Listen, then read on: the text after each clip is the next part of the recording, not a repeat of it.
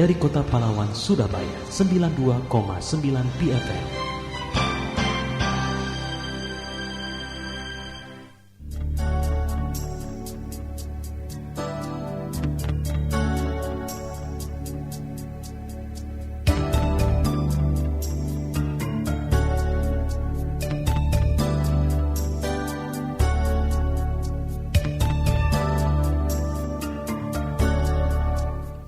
Dari Kota Pahlawan, Surabaya, 92,9 BFM. Selamat pagi, We People. Bagaimana kabar Anda di awal minggu ini? Tepatnya tanggal 18 Juli, hari Senin, hari pertama buat putra-putri kita untuk sekolah. Dan mungkin hari pertama juga ada di antara Anda yang harus bekerja hari ini. Apapun yang menjadi aktivitas Anda, kami Radio BFM akan dengan senang hati menemani segala aktivitas Anda selama 24 jam. Dan pagi hari ini senang sekali saya, Helena, kembali dapat menjumpai Anda.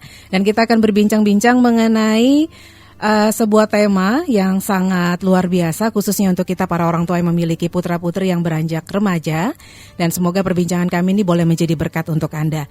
Bila Anda ingin berinteraksi dengan kami, line SMS kami juga terbuka untuk Anda di 0817527000. Be People, mempunyai teman-teman baru memang tampak menyenangkan, namun bisa jadi itu tidak mudah bagi anak-anak yang beranjak dewasa maupun remaja. Mungkin ada rasa khawatir apakah dia bisa diterima di lingkungan baru atau tidak bisa diterima. Mungkin pula mereka tidak punya rasa percaya diri yang cukup. Kekhawatiran dari sisi orang tua tuh biasanya seperti ini, Be People. Apakah anak-anak saya akan survive dapat bergaul dengan baik dengan kawan-kawan yang baru, dengan lingkungan yang baru, dan sejauh apa sih peran orang tua dalam memberikan pemahaman kepada anak-anak mengenai pergaulan dan cara berkomunikasi dengan teman-teman di lingkungan yang baru. Be People, mari kita mau belajar menjadi sahabat terbaik bagi anak-anak kita di usia remaja maupun yang sedang beranjak dewasa, khususnya saat mereka menghadapi lingkungan yang baru. Dalam perbincangan spesial pagi hari ini bersama dengan Bapak Stevi dan Ibu Lisa Stefani dari Dharma Mulia Christian School Surabaya. Dan pagi ini kita mempunyai tema, punya teman-teman baru di sekolah baru itu menyenangkan atau menjengkelkan. Baik, pagi hari ini saya sudah bersama dengan narasumber saya. Kita langsung menyapa saja Bapak Stevi, selamat pagi. Oke, selamat pagi. Kemudian Ibu Lisa, selamat pagi. Iya, selamat pagi. Oke, bisa diulangi lagi Bu Lisa, nggak kedengeran suaranya? Halo, selamat pagi. Oke, coba diulangi lagi Bu. Selamat pagi. Oh, tidak terdengar, berarti memang harus oper. Oper. Baik, Be People, untuk Anda yang ingin berinteraksi dengan kami pagi hari ini, line SMS kami terbuka untuk Anda di 0817527000. Perbincangan kita ini akan membantu para orang tua, khususnya seperti kita tahu ya, Pak Stevi dan Bu Lisa, bahwa masa remaja atau anak-anak remaja ini adalah anak-anak yang bisa dikategorikan dalam tanda kutip cukup sulit ya untuk ditangani ya. Apakah itu karena salah dari awalnya kita mendidik waktu masa-masa emas atau bagaimana? Kita akan berbincang lebih lanjut. Dan Be People, sekali lagi untuk Anda yang ingin berinteraksi dengan kami, line SMS kami terbuka untuk Anda di 0817527000.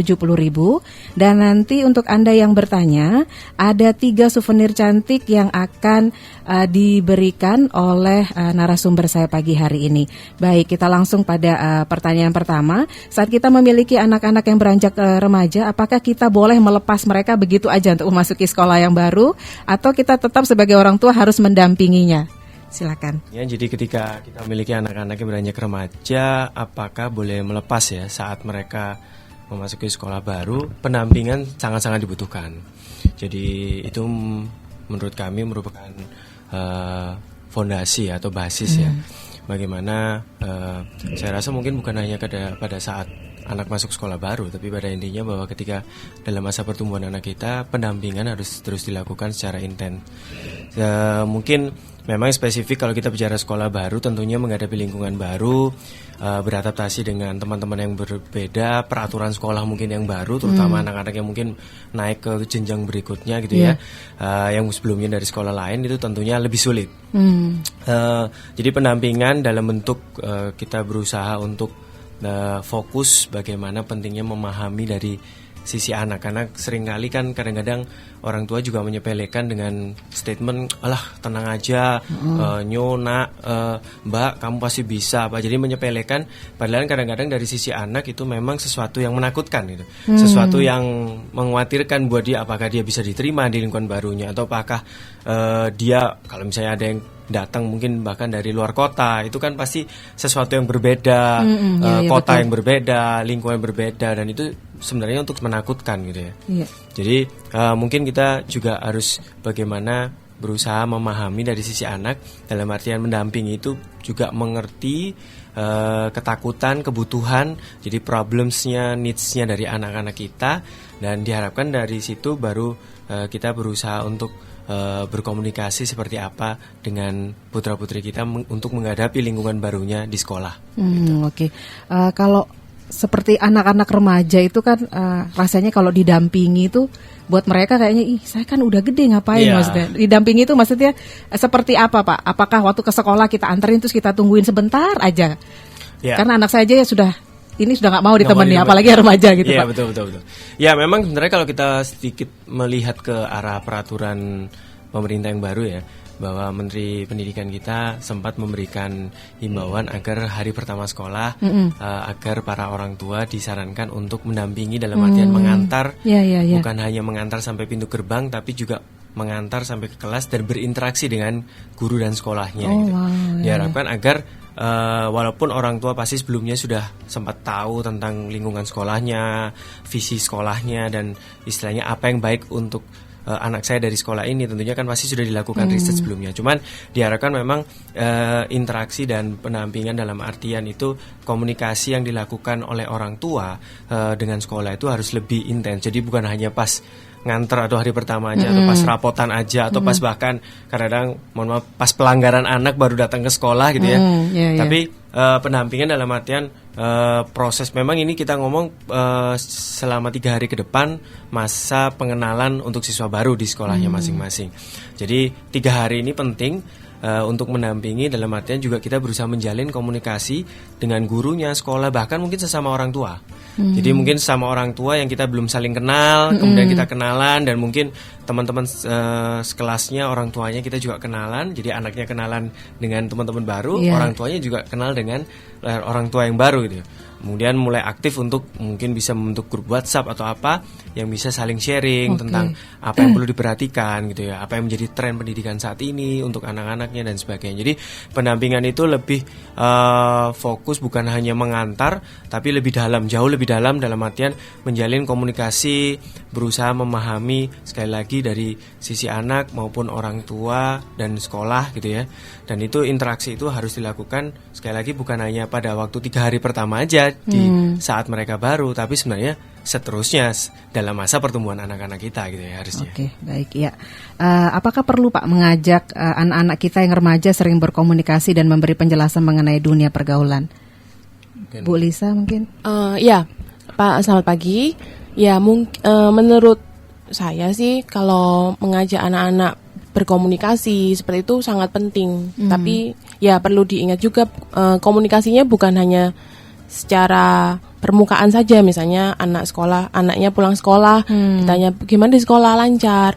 Oh lancar, misalnya jawabannya seperti itu. Oh ya sudah, bukan hanya seperti itu, tapi mungkin lebih ke pertanyaan-pertanyaan yang lebih spesifik, lebih mendalam. Jadi seperti istilahnya curhat, supaya anak ini terbiasa curhat ke orang tuanya. Jadi pertanyaannya temennya gimana, tadi kegiatannya apa. Jadi dari pertanyaan-pertanyaan yang simple, maksudnya dari pertanyaan yang umum seperti itu, kalau anaknya merasa welcome ya, maksudnya orang tua saya mau lagi ada waktu ini untuk saya curhat, saya cerita gitu. Jadi anaknya akan terbiasa untuk cerita, mungkin sekecil apapun juga dia mau sharing seperti ke orang tua. Jadi anak juga ada rasa nyaman juga mau cerita apapun. Nanti kalau sudah seperti itu si anak ini akan terbiasa untuk menceritakan ke orang tua seperti itu. Oke, berarti kalau anak biasa menceritakan atau curhat ke orang tua, berarti orang tuanya juga yang harus membiasakan diri curhat sama anak. Iya, jadi Dua arah dua arah. Jadi orang tua juga istilahnya ikut terlibat. Jadi tidak hanya orang tuanya memberikan pertanyaan, tapi mungkin juga cerita dulu itu mama seperti ini loh. Sekarang gimana di sekolah seperti apa? Jadi ya istilahnya orang tua juga lebih kepo ya, lebih pengen tahu, penasaran dengan keadaan sekolah sekarang gitu. Jadi sama-sama curhat seperti itu. Oke, baik ya. Kalau anak-anak kan punya karakter yang berbeda nih dengan orang tua. Ya, Nah, kalau anak yang punya karakter dan temperamen yang beda, komunikasinya gimana? Ada nggak solusi atau tips sedikit?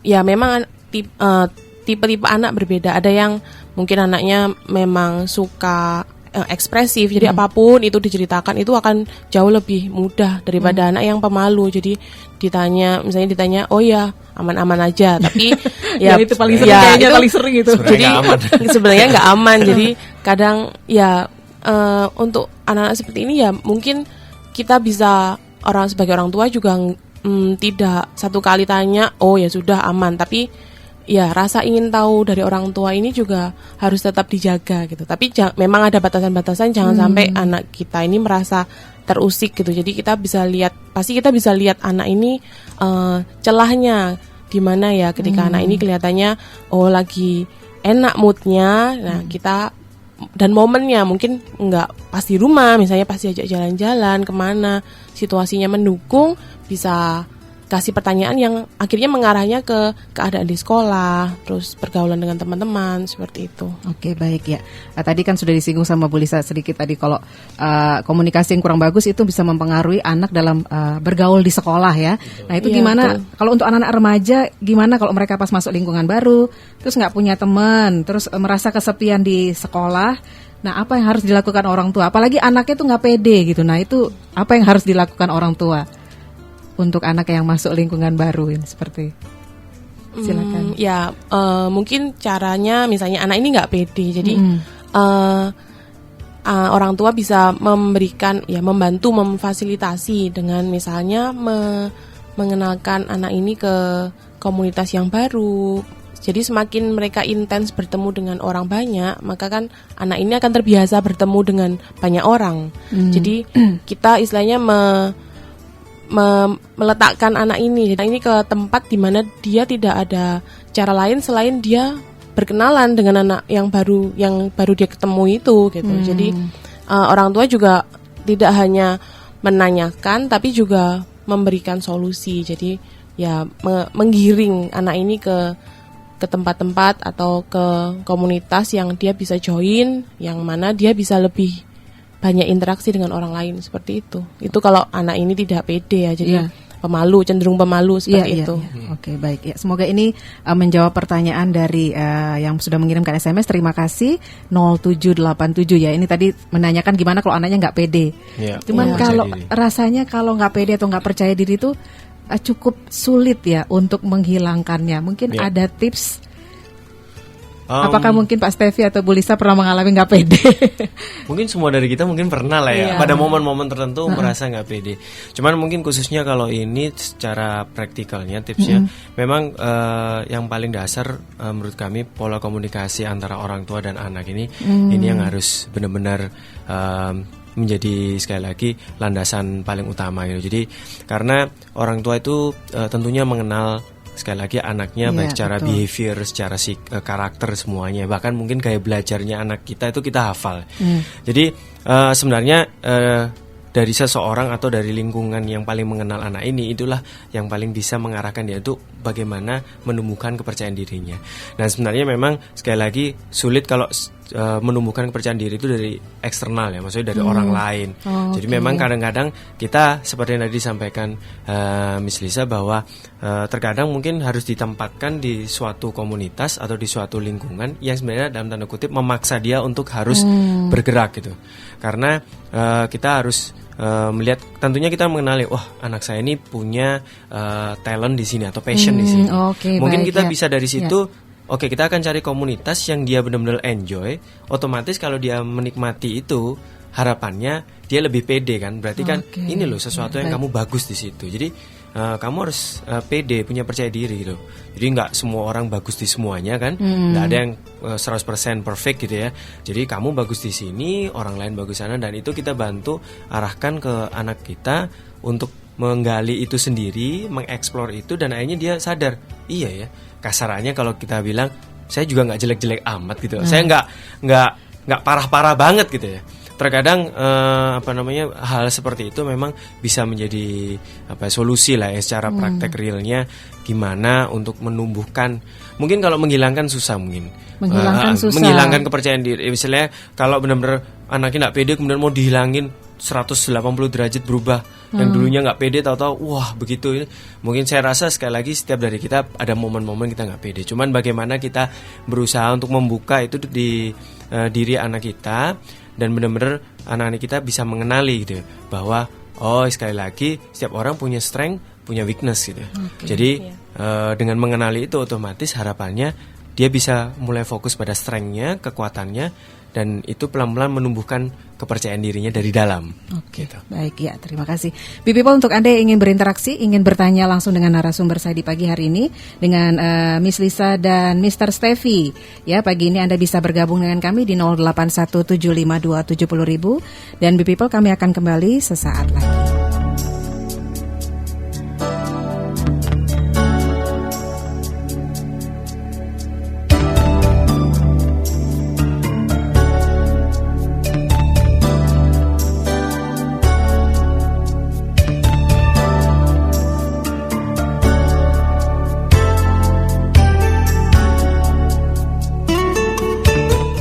92,9 BFM Surabaya, People masih bersama saya Lena, dan pagi hari ini kita sedang berbincang-bincang mengenai sebuah tema yang sangat menarik yang saya percaya akan membantu para orang tua khususnya yang memiliki putra-putri yang beranjak remaja atau beranjak dewasa, dengan satu tema punya teman-teman baru di sekolah baru itu menyenangkan atau menjengkelkan.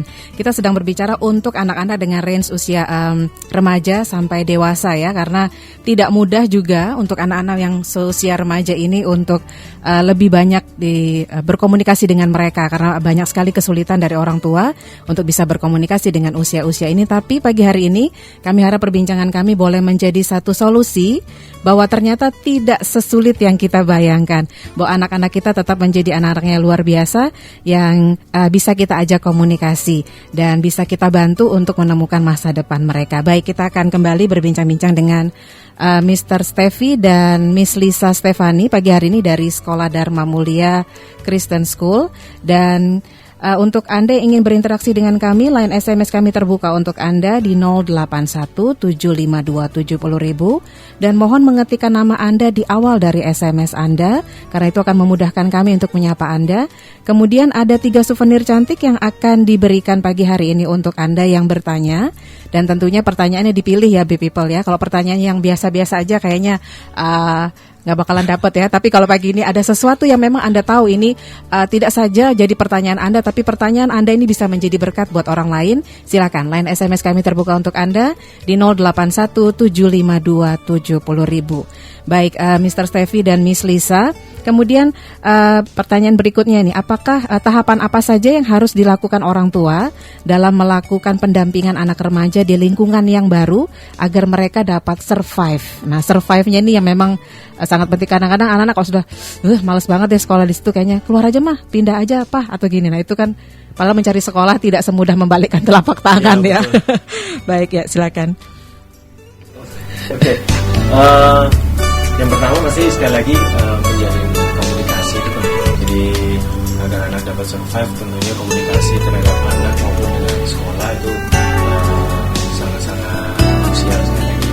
Jadi bagaimana sebagai orang tua benar-benar berusaha aktif punya komunikasi yang sifatnya dua arah dengan anak. Jadi bukan kalau orang Jawa bilang nuturi gitu ya, cuma ngomongin, ngasih nasihat, tapi sebenarnya kita mengharapkan agar anak itu juga merespon.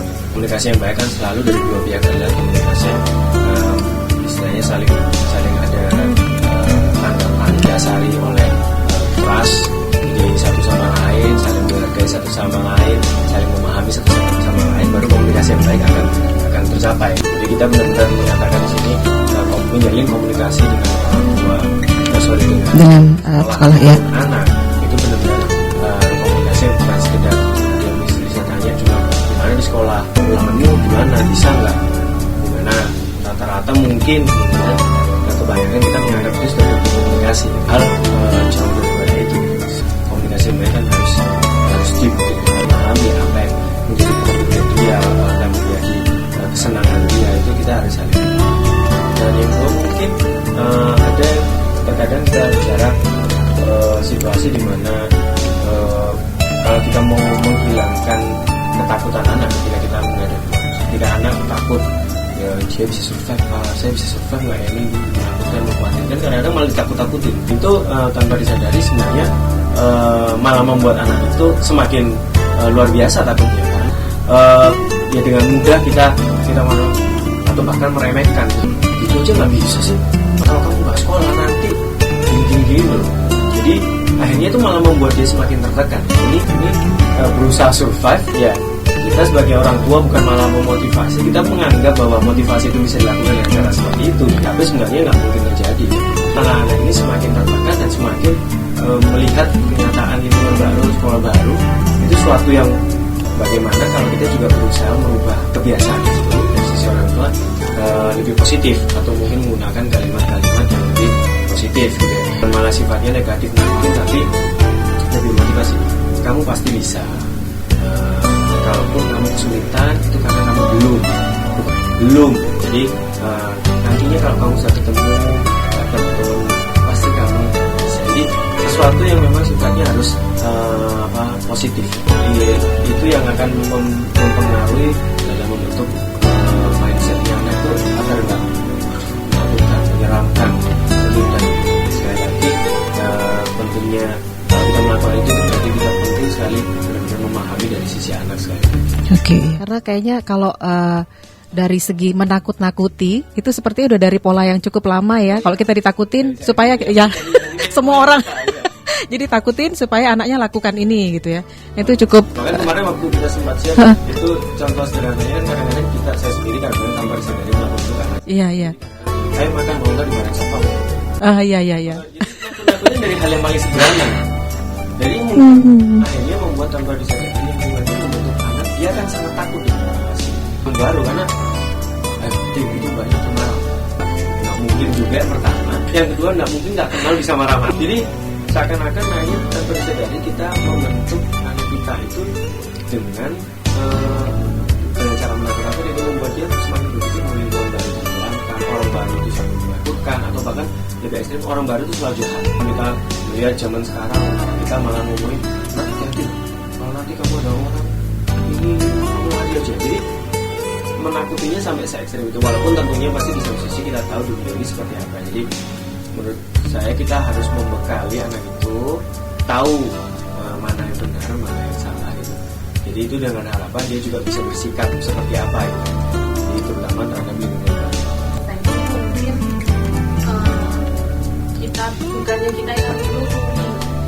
Bukannya kita yang nuturi anak kita ini, oh kalau begini nanti kamu nanti seperti ini loh. Tapi kita ajak anak kita untuk diskusi. Jadi kita mungkin kasih contoh kasus seperti ini.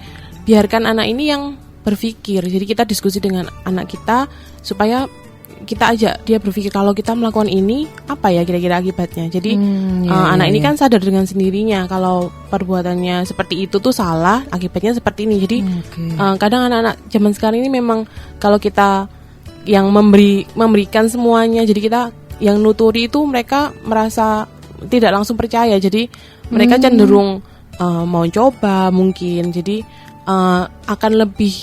mereka itu akan lebih ngena kalau mereka sendiri yang kita ajak diskusi kira-kira apa ya kalau kita melakukan ini itu akibatnya apa. Jadi itu keluar dari mereka sendiri, itu akan lebih melekat istilahnya seperti itu. Lebih efektif ya. Oke, baik ya. Karena kan seperti tadi Miss Lisa bilang dikasih tahu jangan lakukan, malah dia ingin mencoba. Nah, itu kayaknya sesuatu ada hal yang sungguh luar biasa dari kata-kata jangan itu seperti betul. Jangan itu seperti membuat kita mau coba gitu ya. Iya. Itu yang cukup sulit. Kalau di sekolah atau sebaiknya orang tua bagaimana menggantikan kata-kata jangan itu? Misalnya kalau jangan lari ya gitu, lebih baik kita pakai jalan saja pelan-pelan seperti itu. Jadi penggunaan kata-kata yang mengarahkan lebih ke positifnya itu. Oke, baik ya. Kemudian bagaimana jika anak kita tuh merasa nggak nyambung dengan teman-teman barunya, atau bahkan dia merasa kayaknya teman-temannya merasa bahwa ini anak kita ini nggak nyambung juga sama mereka. Itu gimana tuh tipsnya? Mungkin ya kita tanamkan dulu sih ke anak-anak kita kalau ini kan memang lingkungan yang baru, jadi kita tidak bisa memilih teman seperti teman di sekolah yang lama. Misalnya kita pasti akan menemukan karakter-karakter yang baru seperti itu. Jadi istilahnya beda film saja karakternya juga berbeda. Betul. Kan. Jadi kita jelaskan kalau di dunia ini itu karakter orang itu akan berbeda-beda, responnya akan berbeda-beda gitu. Jadi dan kita juga tekankan ke anak kita tentang masalah daya juang, karena anak-anak zaman sekarang cenderung anak-anak yang instan. Jadi kalau sekali dia coba ternyata nggak nyambung, oh ya udah temanku ini memang nggak nyambung kok, jadi nggak cocok, udah cari yang lain itu. Jadi kita juga harus cari tahu daya juang anak kita tuh sampai di level mana. Apakah cuma satu kali coba sudah give up, sudah putus asa gitu. Jadi kita anjurkan ke mereka supaya ya mereka lebih gigih. Jadi ayo kalau kamu pengen berubah, istilahnya pengen lebih pede, pengen punya teman yang lebih banyak gitu. Jadi mereka mencoba mendekati temannya ini, masuk ke kelompoknya itu juga nggak hanya 1 kali 2 kali coba, tapi ya lebih sering mencoba seperti itu. Oke, baik ya. Bi People, untuk Anda yang juga ingin bertanya, silakan line SMS kami terbuka untuk Anda di 08175270.000. Kemudian bagaimana jika anak remaja kita ini sudah berusaha nih menyesuaikan diri dengan teman-teman barunya, tapi malah kayaknya kelihatan stres ya, kan tadi harus ada daya juang. Ternyata waktu dia sudah berjuang, ini ada masukan dari papa mama saya harus berjuang ya, masuk ke teman-teman baru. Tapi dia udah coba, terus taunya kok kayaknya menemukan jalan buntu, jadi stres, putus asa. Itu bagaimana solusinya? Istilahnya follow up dari orang tua tetap harus dilakukan. Jadi setelah kita memberikan masukan ke mereka, mungkin berapa hari setelahnya, oh gimana temanmu yang itu yang nggak nyambung misalnya, itu sudah mulai akrab belum atau apa. Jadi mungkin pendampingan ke anak dan komunikasi itu memang harus selalu dilakukan supaya mereka itu juga mendapatkan supporter sejati. Selain kita bilang supporter sejati, jadi mereka ketika mereka merasa temannya belum bisa dekat dengan dia, takutnya si anak ini memang akan merasa kesepian. Jadi seperti dia itu single fighter istilahnya. Jadi dia berjuang sendiri. Tapi kalau orang tuanya selalu menanyakan seperti itu, jadi saya ada yang support juga. Jadi mereka nggak akan merasa depresi atau merasa berpikiran negatif lah. Nah, aku kayaknya nggak bakal dapat teman ini, seperti itu. Jadi mereka paling tidak merasa punya teman dulu, yaitu orang tua, memberikan support. Nah, sehingga feel-nya dia merasa nyaman, punya teman, itu juga dia bisa bawa sampai ke sekolah gitu. Oke ya. Ya, silakan. Ya. Salah satunya mungkin juga saya bayangkan kadang-kadang kalau anak itu kita posisikan sebagai anak, kemudian orang tua kita menyampaikan nasihat. Itu kan anak rasanya gini, mama papa nggak tahu apa yang saya. Ya, itu yang selalu. Dulu saya bilang gitu juga. Gitu. Nah, terkadang mungkin kita juga selain belajar memahami ya, maksudnya kalau cuman komunikasi terkadang mungkin terkesan masih satu arah. Sekali lagi ya, dari sempat disinggung tentang bagaimana orang tua juga berusaha aktif dalam komunitas. Jadi bisa jadi misalnya anak saya ini struggle nih, maksudnya sudah dilihat, diomongi, dimotivasi berat. Jadi akhirnya mungkin orang tua juga berusaha menggali informasi di sekolah. Mungkin ada hal tertentu yang komunitas tertentu yang misalnya orang tuanya juga bisa involve. Jadi mama juga mau berjuang nih, maksudnya sama-sama kayak kamu masuk di komunitasmu, mama juga berusaha masuk di komunitas. Jadi dan single fighternya itu ya mama papa cuma ngomong doang gitu. Tahu apa yang saya alami di setidaknya orang tuanya juga berusaha gitu. Ya komunitas itu sih tidak harus memang di sekolah. Jadi kadang-kadang mungkin kalau orang tua di sekolah itu kebanyakan kan biasanya kita ngomong komunikasi ya parents teacher association atau parents community, biasanya seperti asosiasi orang tua yang jadi perpanjangan tangan. Jadi ya, biasanya baik mewakili orang tua maupun perpanjangan tangannya dari sekolah. Tapi setidaknya itu juga sedikit menunjukkan ke anak bahwa ya, mama juga berjuang. Jadi kamu nggak sendiri, kamu masuk, mama juga berusaha masuk. Kita saling cerita satu sama lain kesulitan apa yang kita alami. Itu mungkin juga akan sangat-sangat membantu dari sisi anak. Oke, ya. Tipsnya sangat keren ya. Oke, Be People, untuk Anda yang ingin bertanya, line SMS kami sekali lagi tetap terbuka untuk Anda di 0817527000. Terus ini Mr. Sevi sama Miss Lisa, gimana kalau seandainya anak kita sudah berjuang sedemikian rupa untuk masuk dalam lingkungan yang baru, tapi ternyata satu waktu dia pulang ke rumah terus dia bilang bahwa teman-temannya tuh nggak mau main sama dia atau menjauhi dia. Nah itu bagaimana untuk menanggapi situasi seperti ini? Kan satu waktu dia bilang, oh iya ada teman yang mau main, terus tiba-tiba satu hari lagi dia bilang nggak ada teman mah yang mau main sama saya. Nah itu bagaimana kalau untuk anak-anak remaja? Mungkin yang pertama, kalau misalnya kadang-kadang kasus seperti itu kan kecenderungan orang tua melihat anak kita itu istilahnya jadi korbannya. Terkadang kita juga harus melihat bahwa terkadang mungkin bisa jadi anak kita ini memang memiliki sesuatu atau melakukan sesuatu yang malah dijauhin. Harus sebagai orang tua sangat-sangat objektif, maksudnya berusaha melihat anak kita. Jadi jangan melulu kita juga terlalu fokus bahwa anak kita korban. Setelah itu adalah orang lain, lingkungan teman baru, dunia yang nggak aktif gitu. Karena kita juga harus membantu mengarahkan ke anak kita bahwa dengan komunikasi yang baik, kira-kira menganalisa gitu loh, kejadiannya seperti apa. Jadi kan nggak mungkin tahu-tahu teman-temannya bangun pagi, hari ini saya mau menjauhin Stevin, kan nggak mungkin. Pasti ada pemicunya. Nah, pemicunya itu kan harus dianalisa.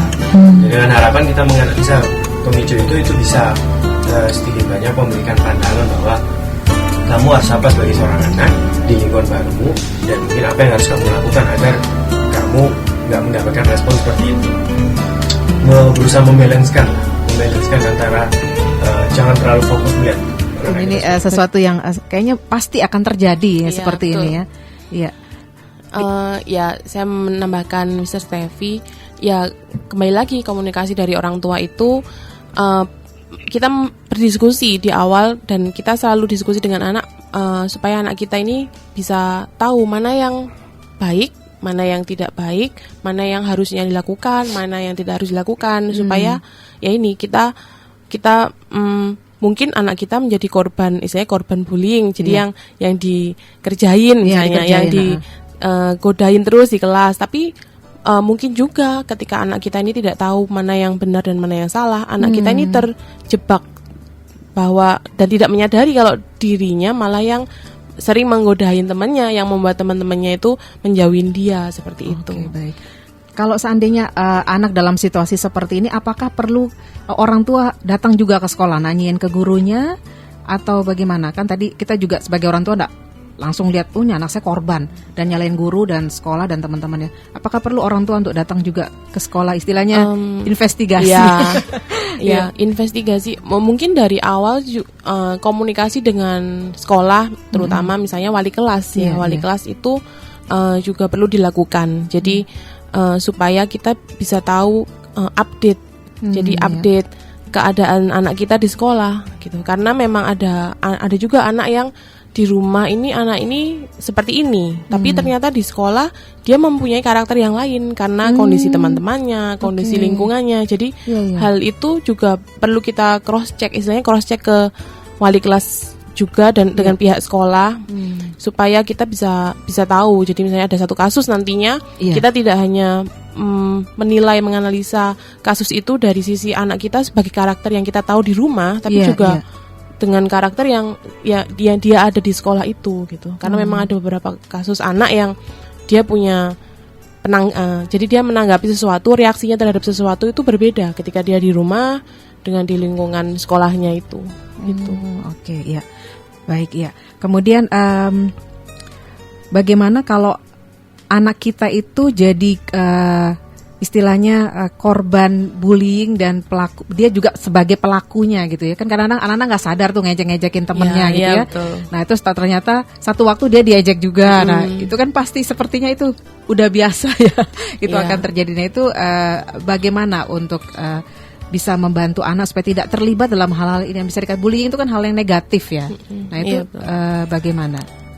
penanganan? Ya kembali lagi ke tadi masalah diskusi tentang baik tidak baik, konsekuensi dari perbuatan. Jadi kita seharusnya sebagai orang tua bisa menanamkan ke anak, kalau kamu melakukan misalnya membuli teman, suatu saat nanti juga mungkin kamu bisa diperlakukan yang sama oleh teman. Dan kalau kamu istilahnya kamu, kalau kita bisa kasih pertanyaan misalnya, kalau kamu dibully atau digodain dengan teman, apa yang kamu rasakan? Jadi saya ngerasa nggak nyaman misalnya, saya ngerasa malu karena dipermalukan di kelas misalnya. Nah terus kita juga bisa ajak dia berpikir, nah itu juga yang teman kamu rasakan kalau misalnya kamu menggoda dia, ngerjain dia di depan teman-teman yang lain itu. Jadi kalau kamu tidak mau dibeginikan, juga jangan melakukan itu kepada orang lain seperti itu. Oke, baik ya.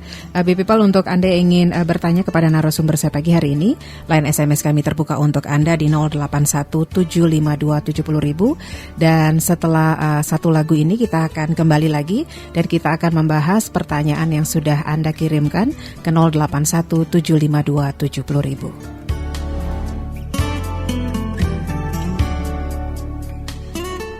92,9 BFM Surabaya. People kembali bersama saya dengan Helena dan narasumber saya Mr. Sevi dan Miss Lisa dari Dharma Mulia Christian School Surabaya.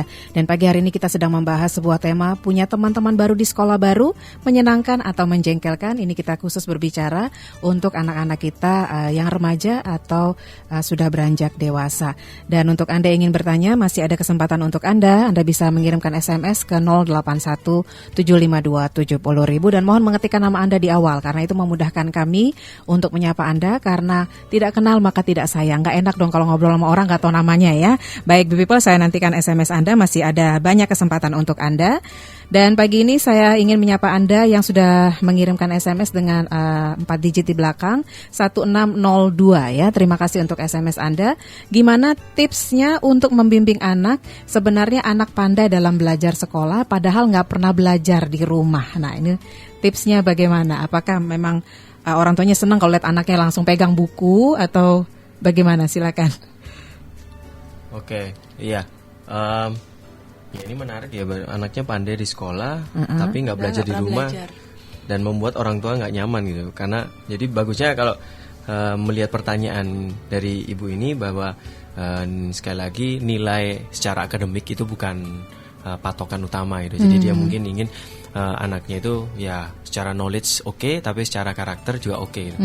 Jadi di sini sih saya lihat bahwa mungkin intinya dari pertanyaannya, kalau tidak salah tangkap, ibu ini berusaha agar anak ini nggak mudah cepat puas gitu. Kamu kelihatannya di rumah nggak ngapa-ngapain, di sekolah bisa bagus, dan kemudian akhirnya kamu merasa udah overconfident dan akhirnya udahlah mas santai aja lah, semuanya bisa aku handle gitu ya.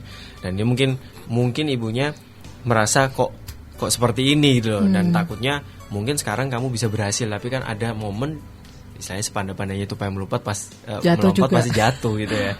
Jadi secara tips mungkin memang sekali lagi ya memotivasi ya, dalam artian memotivasi, mengarahkan bahwa sekali lagi di atas langit selalu ada langit gitu ya.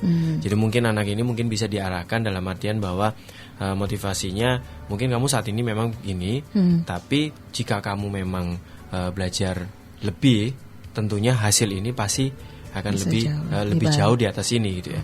Jadi kita juga mengajarkan agar anak kita tidak mudah cepat berpuas diri, bahkan mungkin kelewat PD sampai akhirnya menyepelekan gitu ya. Jadi kita arahkan sebagai orang tua, pentingnya kita melakukan atau memperhatikan hal-hal kecil untuk mendapatkan hasil yang optimal gitu. Jadi jangan akhirnya sekedar udah yang gitu aja bisa, kenapa harus ngoyo-ngoyo sih gitu. Itu kan tentunya nanti akan mempengaruhi dari spirit daya juangnya anak gitu ya. Anak-anak sekarang sekali lagi tadi disebutkan di awal oleh Miss Lisa, anak-anak instan ya, karena kita lawannya Google gitu. Google yang ceklek 0, sekian detik di pojok kanan itu udah kelihatan gitu. Jadi kita untuk memupuk rasa bagaimana kamu harus pede dan berusaha keras, istilahnya kalau bahasanya kita sebagai orang tua kadang-kadang untuk bisa survive dalam hidup yang sulit ini nak gitu ya. Kamu harus kita merasakan gitu ya. Dan kebanyakan orang tua itu kan karena tak bicara karena dia udah merasakan. Nah, kita pingin agar anak-anak kita memiliki daya juang yang sama gitu. Karena bisa dibayangkan lah istilahnya sangat menakutkan kalau misalnya kita ngomong 30 tahun kemudian ketika kita sudah pensiun ceritanya kemudian anak kita menjadi usia yang sama dengan kita saat ini kurang lebih usia produktif kita asumsikan dan akhirnya generasi penerus kita adalah generasi-generasi yang lembek. Ya, lembek dalam artian bahwa susah sedikit nyerah. Ya. Kemudian ketika kita harus bersaing dengan seseorang yang lain udahlah cukup di sinilah atau bahkan kita bersaing dengan negara lain. Udahlah Indonesia udah cukup baik gitu loh. Kita buat ini aja udah cukup, ngapain kita repot-repot gitu. Dan itu bisa dibayangkan bagaimana efek globalnya kalau itu kita bicara konteks besarnya bahwa generasi-generasi atau anak-anak kita saat ini itu tidak ditanamkan karakter seperti itu. Jadi mungkin tipsnya sekali lagi ya memang benar-benar berusaha memotivasi anak itu untuk lebih agar tidak mudah berpuas diri dan berusaha melihat positifnya dari apa yang dia lakukan. Kalau dia berusaha lebih keras itu pasti ada positif resultnya yang akan mengikuti gitu loh. Jadi mungkin dari situ lebih tepat tips ke anak ini seperti itu. Oke, baik ya. Kalau tadi Mr. Steffi bilang dan juga Miss Lisa tadi sudah bagikan bahwa generasi kita ini ada generasi yang instan ya. Betul. Dan tadi sudah disebutkan dengan klik Google saja sudah mana. Ini udah ngomong soal gadget ini ya. Udah bukan rahasia lagi kayaknya. Semua anak punya gadget dan mereka dikasih pegang seperti itu oleh orang tuanya ya. Dan ini saya ingin menyapa Ibu Angel. Terima kasih untuk SMS-nya. Pertanyaannya ini berhubungan ya dengan gadget tadi ya. Bagaimana cara mengendalikan anak gadis remaja nih yang suka sekali dengan penggunaan gadget sehingga sering sekali selfie dan lain-lain sebagainya. Bagaimana ini? Silakan Miss Lisa. Mungkin bukan hanya anak gadis ya, kadang sekarang anak-anak cowok pun juga sering foto-foto gitu kan.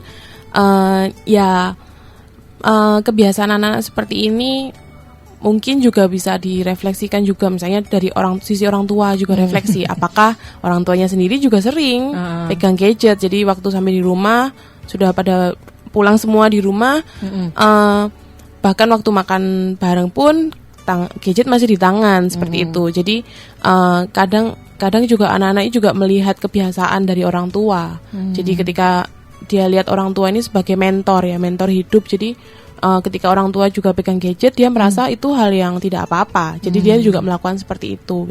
Memang ada kecenderungan anak-anak ini terkadang kalau dia menghadapi situasi yang awkward, yang bertemu dengan orang baru, dia nggak tahu mau ngomong apa, akhirnya dia larinya ke gadget. Dia dibuka, ditutup, jadi sibuk sendiri dengan gadgetnya supaya dia menghindari situasi yang awkward, yang tidak nyaman dengan lingkungan baru ini. Memang ada kecenderungan seperti itu.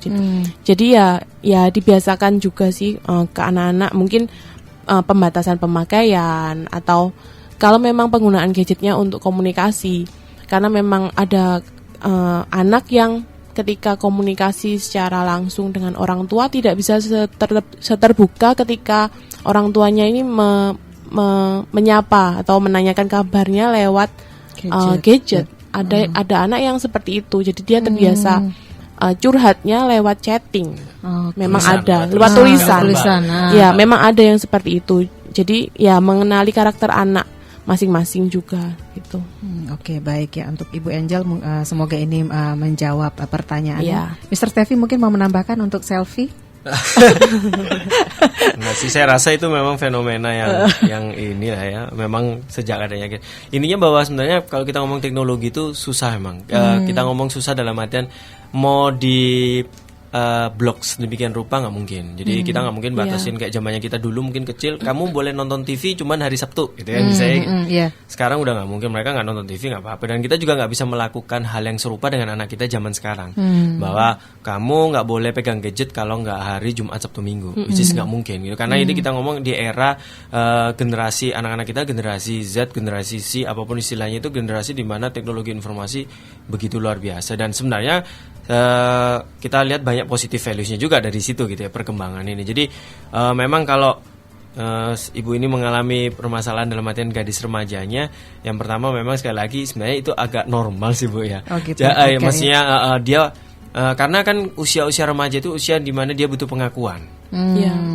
Jadi mungkin selfie itu terkadang kan ketika dia selfie kemudian posting gitu ya, kemudian ada yang komen, aduh kamu cantik ya, aduh rambutmu bagus ya gitu. Atau berapa banyak yang like gitu kan? Nah, itu Iya, kepuasan tersendiri ya. kepuasan kalau sendiri gitu. dalam artian bahwa publik atau lingkungan itu Mengakui. gitu ya. Oh, Jadi oke. terkadang memang usia-usia di mana dia butuh pengakuan. Nah mungkin sebagai orang tua sekali lagi kita juga berpikir ya nggak perlu yang streng-streng banget, karena ketika kita berusaha mengatur itu malah menjadi bumerang takutnya. Tapi memang sekali lagi pengawasan dalam artian memantau itu kita harus tahu. Ya mungkin ada beberapa orang tua yang saking modernnya kan sampai follow anaknya kan, Iya. gitu, atau bahkan kita tahu ada beberapa. Bukannya wajib itu, Mister, kalau harus follow juga biar tahu perkembangannya Ya, gitu. tapi untuk beberapa anak yang ada yang merasa terusik, dia pasti oke. akan merasa bahkan Bahkan membuat akun baru juga bisa. gitu loh. Jadi terkadang kita juga harus sekali lagi lihatlah anak kita juga gimana. Ada tipe yang begitu santai dalam artian nggak apa-apa, mama follow aku untuk tahu sekeliling. Tapi ada yang enggak gitu. Kalau yang enggak ini yang biasanya yang susah kan. Jadi kan dia tertutup, keep. Saya nggak mau orang tua. Ya memang orang tua memang harus pandai-pandai ya mencari celah. Mungkin Tarik ulur ya, mungkin. kalau misalnya memang dari sosial medianya nggak bisa dapet, mungkin sekali-sekali teman-temannya itu diundang ke rumah. Gitu. Jadi untuk tahu. Oh ini teman-teman. Ini teman-teman anak gaul saya gitu. nih. Oke, iya baik. Iya. Ya kayak gitu. Luar biasa.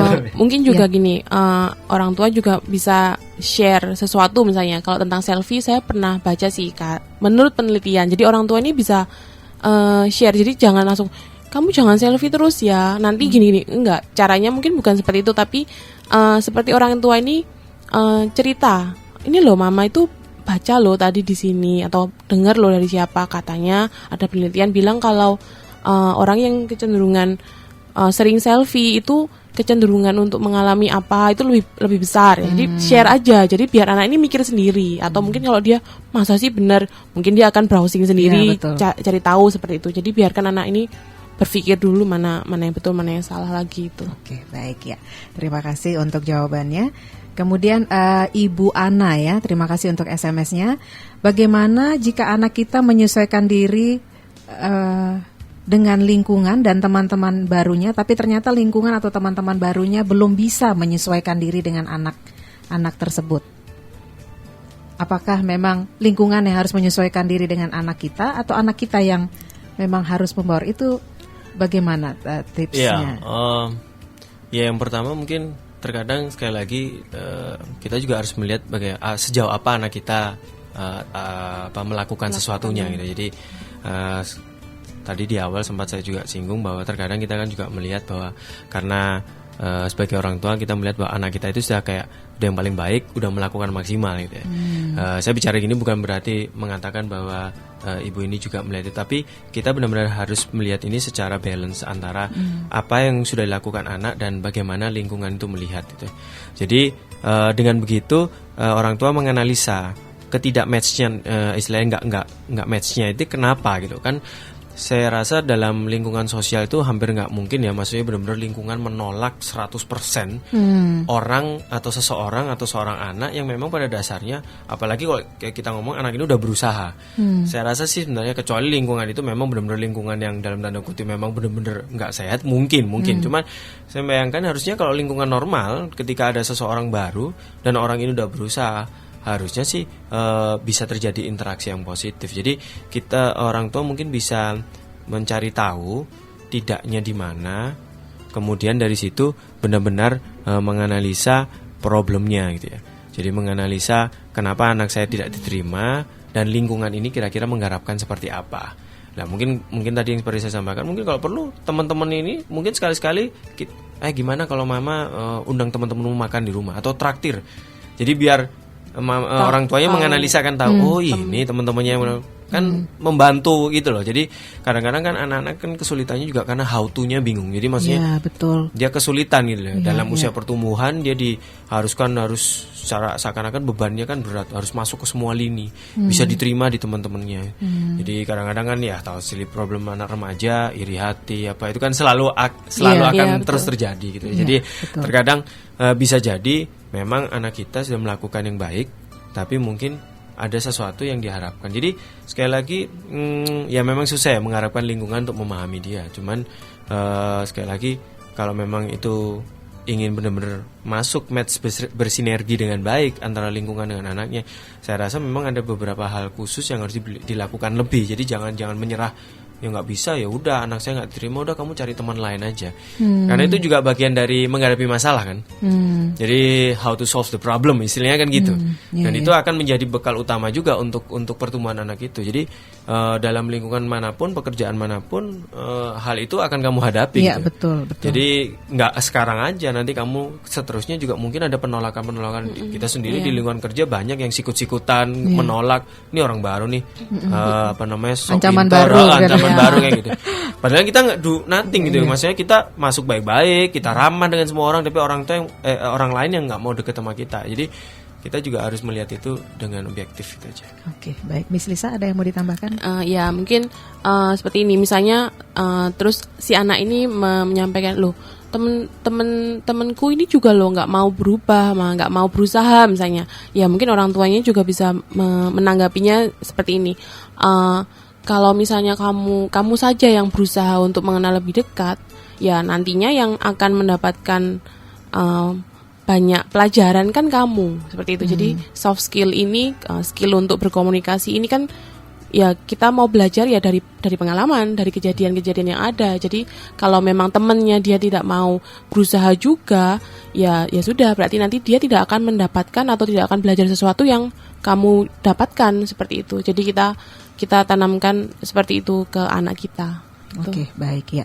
People, terima kasih untuk Anda yang sudah bergabung dengan kami dan mengirimkan SMS pertanyaan Anda ke 081-752-70.000, dan waktu perbincangan kita sudah berakhir. Dan sebelum kita menutup perjumpaan kita di pagi hari ini, ada kesimpulan yang ingin disampaikan oleh Mr. Sevi atau Miss Lisa? Iya, mungkin masing-masing nanti bisa menyampaikan ya. Kalau dari saya sendiri sih, yang pertama dalam menghadapi lingkungan baru, sekali lagi kalau kita kembali ke temanya menyenangkan apa menakutkan gitu ya. Jadi bagaimana sekali lagi yang pertama, orang tua itu sangat penting untuk memahami dari sisi anak. Dari sisi anak itu dalam artian berusaha mengetahui ketakutannya, kekhawatirannya, ketidakpercayaan dirinya itu kenapa gitu. Dan itu sangat-sangat krusial gitu ya dalam fase ketika anak kita menghadapi lingkungan baru. Kemudian yang kedua, itu memang sekali lagi komunikasi dua arah secara deep itu benar-benar penting, baik dalam artian dari orang tua ke anak maupun orang tua dengan sekolah atau bahkan dengan lingkungan barunya gitu. Karena dengan begitu itu sekali lagi trennya anak-anak sekarang gimana itu kita tahu. Kalau dari sisi sekolah, apa sih yang sekolah lihat ini sebagai sesuatu yang penting untuk anak saya, jadi saya juga bisa mengimbangi itu di rumah gitu ya. Jadi benar-benar komunikasi secara dua arah yang deep, dalam arti bukan sekedar permukaan, itu sangat-sangat penting. Mungkin dari Miss Lisa? Iya, saya menambahkan selain itu masih tentang komunikasi, mungkin komunikasi kita ke anak kita ini bukan hanya pada surface-nya aja, bukan hanya permukaan, tapi lebih ke deep conversation. Jadi kita tahu lebih banyak tentang anak kita cari tahu juga bagaimana anak kita di sekolah. Jadi komunikasi juga dengan guru-guru dan dengan pihak sekolah ataupun juga dengan teman gitu. Jadi supaya kita juga tahu lebih banyak apa yang ada di lingkungan anak kita ini gitu. Tapi kita jangan misalnya ada kasus gitu, kita jangan yang menjadi pelaku, tapi kita mengarahkan anak kita. Jadi biarkan anak kita ini yang menyelesaikan masalahnya, padahal kita tahu solusinya, tapi kita menggiring. Jadi kita sebagai fasilitator saja, seperti itu. Selain itu juga kita berikan pengarahan tentang suasananya mereka di tempat yang baru, situasinya yang di tempat yang baru itu. Hal-hal yang positif saja yang kita ceritakan. Jadi jangan cenderung kita menakut-nakuti. Jadi anak ini belum masuk ke sekolah sudah takut gitu kan. Jadi biarkan mereka mengalami dulu, kita dengar dari sharingnya mereka.